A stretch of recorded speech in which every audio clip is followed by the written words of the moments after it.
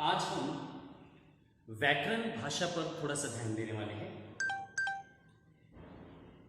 जो व्याकरण भाषा हमें महत्वपूर्ण, किसी भी भाषा को सुंदर बनाने के लिए व्याकरण का होना अत्यंत आवश्यक होता है। कहीं कहा गया है कि व्याकरण भाषा का अलंकार होता है, दागीना होता है। अगर व्याकरण अच्छा हो तो उस भाषा को डिमांड मिलता है। तो आज हम जिस टॉपिक के बारे में चर्चा करने वाले हैं, जिस विषय को लेकर आज चर्चा करने वाले हैं, उसका नाम है संज्ञा। इसे दो नाम से पुकारा जाता है, एक संज्ञा और एक संज्ञा। संज्ञा, संज्ञा, ये दो चीजें हैं। आज हम संज्ञा के भेद देखने वाले हैं, जिसे अंग्रेजी में कहते हैं टाइप्स ऑफ नाउन। क्या कहते हैं? Types of noun. अब यहां पर देखिए, मैंने यहां पर एक स्ट्रक्चर तैयार किया है। आपको भी अपने नोटबुक पर यह स्ट्रक्चर तैयार करना है। ध्यान में रखो स्टूडेंट, यहां पर मैंने जो स्ट्रक्चर तैयार किया है, यही स्ट्रक्चर आपको आपके नोटबुक पर तैयार करना है। और नोटबुक पर तैयार करने के बाद मैं जो जो भी बोल रहा हूं उसको आपको नोटबुक पर लिखना है। पहले हम क्या करेंगे, जो हमारे सामने है इस पर चर्चा करेंगे और बाद में मैं अनविजिबल हो जाऊंगा, सिर्फ मेरी आवाज आपके सामने आएंगी। उस समय आपको वो टॉपिक, जो टॉपिक चल रहा है वो टॉपिक सेपरेट लिखकर उसके बाद जो भी मैं बताऊंगा वो आपको लाइन टू लाइन लिखना है। संज्ञा क्या है, संज्ञा के प्रकार कौन कौन से हैं, इस पर हम आज चर्चा करने वाले हैं। तो सबसे पहले संज्ञा के बारे में, संज्ञा के कितने प्रकार है ये हम देखने वाले हैं। संज्ञा यानी क्या? ठीक है, संज्ञा या संज्ञा। संज्ञा का अर्थ नाम। संसार में प्रत्येक वस्तु को जिस नाम से पहचानते हैं वही उसकी संज्ञा होती है। संसार में जिसको जिस नाम से पुकारते हैं उसी नाम से उसे संज्ञा कहा जाता है। नेक्स्ट, पारिभाषिक रूप में किसी व्यक्ति, वस्तु, स्थान अथवा भाव के नामों को संज्ञा कहते हैं। व्याख्या नंबर 1 लिख लीजिए। व्याख्या नंबर 1, कॉपी पेन अपने साथ में रखिए। व्याख्या नंबर 1, संसार में प्रत्येक वस्तु को जिस नाम से पहचानते हैं वही उसकी संज्ञा होती है। व्याख्या नंबर 1, संसार में प्रत्येक वस्तु को जिस नाम से पहचानते हैं, संसार में प्रत्येक वस्तु को जिस नाम से पहचानते हैं वो उसकी संज्ञा होती है। पहली व्याख्या, वो उसकी संज्ञा होती है। दूसरी, व्यक्ति, या फिर ऐसा लिखो, किसी व्यक्ति, वस्तु, स्थान अथवा भाव के नाम को संज्ञा कहते हैं। किसी व्यक्ति,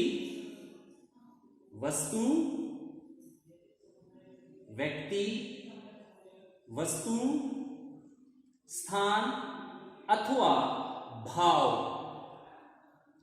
के नामों को संज्ञा कहते हैं। के नामों को संज्ञा कहते हैं। दो व्याख्याएं मैंने आपको बता दी है। जैसे कृष्ण, मनाली, राधा, हिमाचल आदि, ये हो गई संज्ञा। उदाहरण कैसे? कृष्ण, मनाली, कुल्लू मनाली है ना, मनाली, या फिर आप सेलू लिख सकते हो, राधा, हिमालय इत्यादि, यानी आदि। संज्ञा के बिना हम अपने दैनंदिन जीवन में भाषा का उपयोग नहीं कर सकते। कर सकते क्या जी? अगर मैं ये टोपी पहना हूं, मैं अगर आपसे कह दूं कि मैंने बहुत अच्छी कुर्सी जो है अपने सर पर रख दी है, जमेगा क्या? नहीं, इसको हमने टोपी ही कहा है। मैं अगर शिक्षक हूं, मैं टीचर हूं, मैं सर हूं, आप कहेंगे क्या कि फार्मर हमें संज्ञा पढ़ा रहा है? नहीं, मेरा नाम, मेरा प्रोफेशनल, ये मेरी भाव और मेरी नाम हो गया। ठीक है, संज्ञा के बारे में हमने ये जानकारी ली। अब संज्ञा के टॉपिक पर आते हुए, संज्ञा के भेद कौन कौन से हैं? मुख्यतः संज्ञा के 3 भेद। मुख्यतः संज्ञा के कितने भेद होंगे? मुख्यतः संज्ञा के 3 भेद हैं। कौन कौन से भेद हैं हम देखते हैं।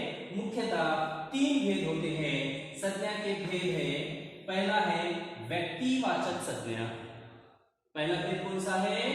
व्यक्तिवाचक संज्ञा या संज्ञा। पहली कौन सी संज्ञा हो गई? व्यक्तिवाचक संज्ञा। पहली संज्ञा हो गई व्यक्तिवाचक। इसका हम उल्लेख बाद में करने वाले हैं, व्यक्तिवाचक संज्ञा यानी क्या। ठीक है, तो व्यक्तिवाचक संज्ञा। दूसरी है, दूसरी संज्ञा में हम देखते हैं, दूसरी संज्ञा है जातिवाचक संज्ञा। पहली हो गई व्यक्तिवाचक संज्ञा, दूसरी हो गई जातिवाचक संज्ञा। जातिवाचक संज्ञा में 2 प्रकार है। वो प्रकार ये है, एक द्रव्यवाचक संज्ञा और एक है समूहवाचक संज्ञा। द्रव्य से आपको याद आया होगा कि लिक्विड में, समूह यानी घोल का जमावड़ा। ठीक है, तो यहां पर देखिए संज्ञा के 2 भेद, हम 3 भेद देख रहे हैं। संज्ञा के 3 भेद में पहला भेद है व्यक्तिवाचक संज्ञा, दूसरा है जातिवाचक संज्ञा और तीसरा है भाववाचक संज्ञा। इसको हम एक नंबर दे देते हैं, 1 नंबर, 2 नंबर, 3 नंबर। जातिवाचक संज्ञा के 2 प्रकार हैं, एक द्रव्यवाचक संज्ञा और समूहवाचक संज्ञा। अब ध्यान में रखने वाली बात यह है बच्चों कि संज्ञा के भेद में हमको 3 भेद मिल चुके हैं। उसके पहला भेद है व्यक्तिवाचक संज्ञा, दूसरा है जातिवाचक संज्ञा, तीसरा है भाववाचक संज्ञा। जातिवाचक संज्ञा के 2 उप प्रकार है, यानी 2 है, एक द्रव्यवाचक संज्ञा और समूहवाचक संज्ञा। अब हम एक एक संज्ञा की व्याख्या लेंगे और उसके उदाहरण लेंगे। जब तक आप क्या करो, बोर्ड पे का जैसा है वैसा उतार के लेने की कोशिश करो। चलो 2 सेकंड आप लोगों के पास।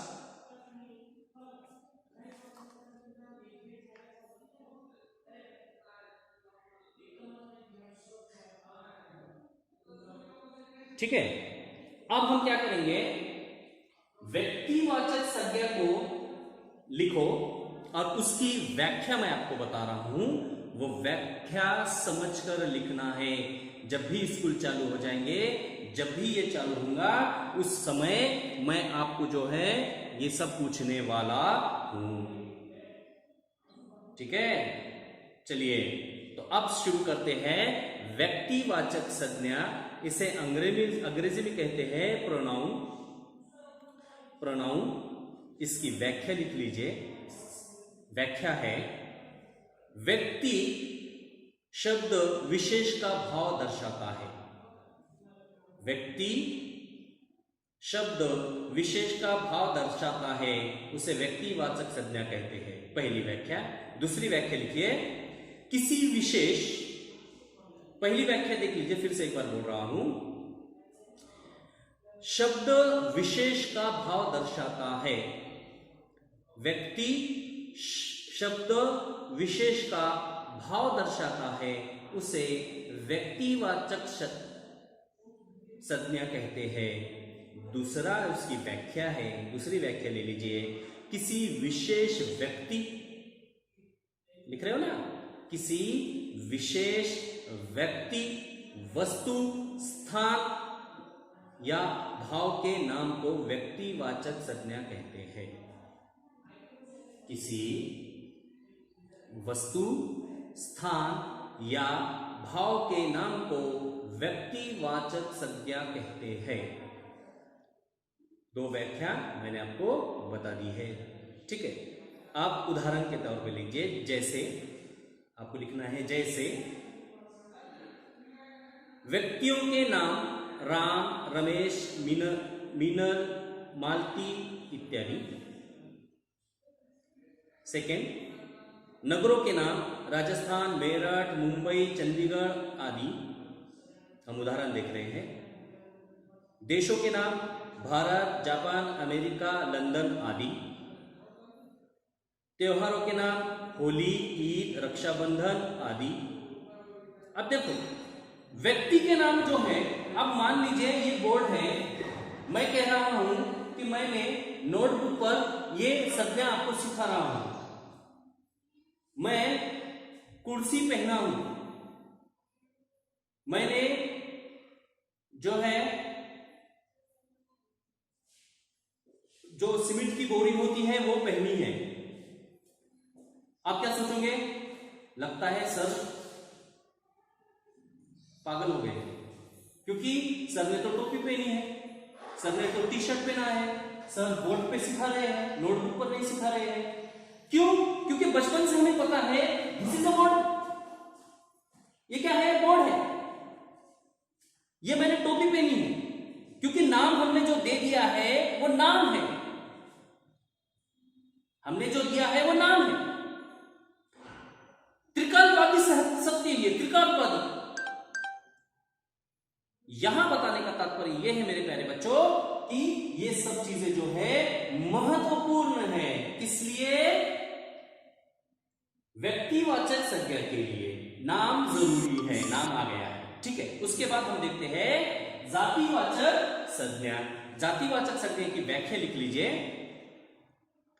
जिस शब्द से, जातिवाचक संज्ञा के बारे में देख रहे हैं, जिस शब्द से किसी एक विशेष व्यक्ति, जिस शब्द से किसी विशेष व्यक्ति अथवा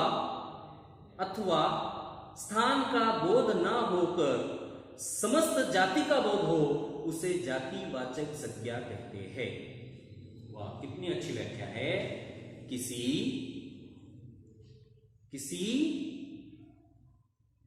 शब्द से किसी एक विशेष व्यक्ति अथवा स्थान का बोध ना होकर, स्थान का बोध ना होकर समस्त जाति का बोध हो, उसे जातिवाचक संज्ञा कहते हैं। फिर से मैं व्याख्या पढ़ रहा हूं आपके सामने। जिस शब्द से किसी एक विशेष व्यक्ति अथवा स्थान का बोध न होकर समस्त जाति का बोध हो, उसे जातिवाचक संज्ञा कहते हैं। जैसे शहर, नदी, देश आदि। किसी एक व्यक्ति के बारे में नहीं, किसी एक चीज के बारे में नहीं, समस्त जाति के बारे में अगर वहां पर बताया जाए तो उस समय जातिवाचक संज्ञा कहनी जाती है। अब हम रहते हैं पारिक कॉलोनी में, हम रहते हैं शिवाजी नगर में, हम रहते हैं मारवाड़ी गली में, हम रहते हैं शाहू नगर में, हम रहते हैं मावली नगर में रहते हैं। लेकिन अगर हम कहें कि हम सेलू शहर में रहते हैं, तो समूह का नाम सेलू शहर हो गया। पूरे इसमें गली, मोहल्ले, नगर आ गए हैं, तो ये क्या हो गए? समूह, यानी जाति, एक जाति के अंदर ये समाविष्ट हो गए हैं।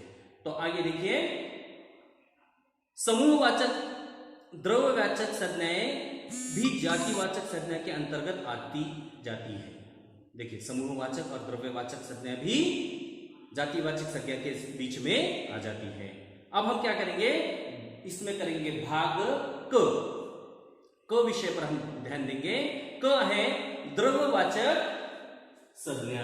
द्रव्यवाचक संज्ञा को हम नाम देंगे क। द्रव्यवाचक संज्ञा। द्रव्यवाचक संज्ञा के बारे में क्या है जानकारी देख लेंगे हम। किसी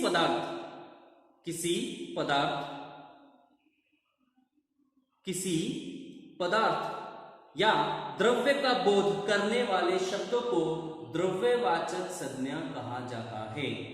क्या कह रहा है? देखो, किसी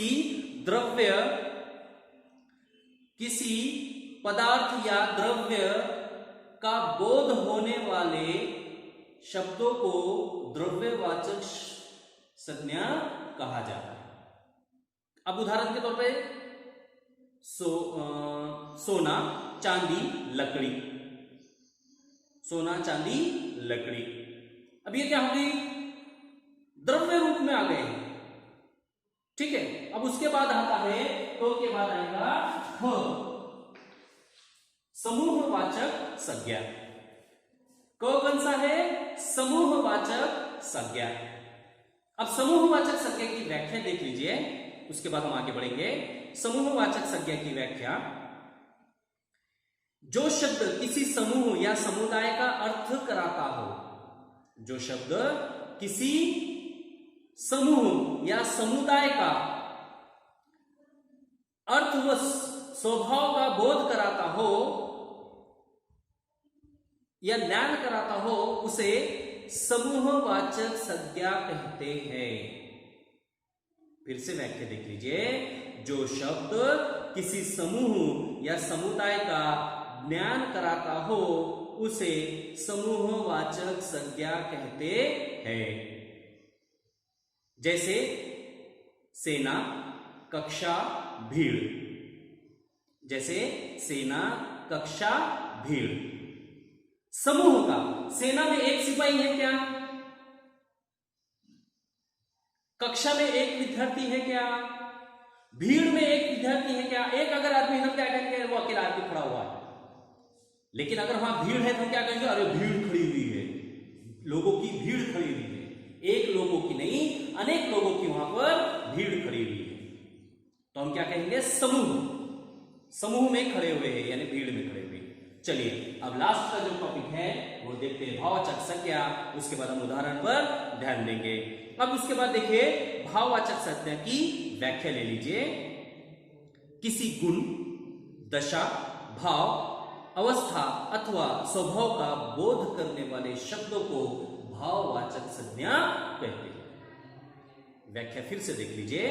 किसी गुण, दशा, भाव, अवस्था अथवा स्वभाव का बोध करने वाले शब्द भाववाचक संज्ञा कहते हैं। भाववाचक संज्ञा उसे कहते हैं। अब देखिए क्या कह रहा है? गुण, दशा, भाव, अवस्था, स्वभाव। मेरा स्वभाव गुस्से वाला है, भाव। मेरी भाव क्या है? गुस्सा। मैं हंसाता हूं, खुशी। बोल सकते हैं कि गिन सकते हैं क्या मुझे? नहीं। तो उदाहरण के तौर पे देखिए, ऊंचाई, बचपन, स्वतंत्रता, ठंडक। भाववाचक संज्ञा में ऊंचाई, बचपन, स्वतंत्रता, ठंडक। बहुत ऊंचा है,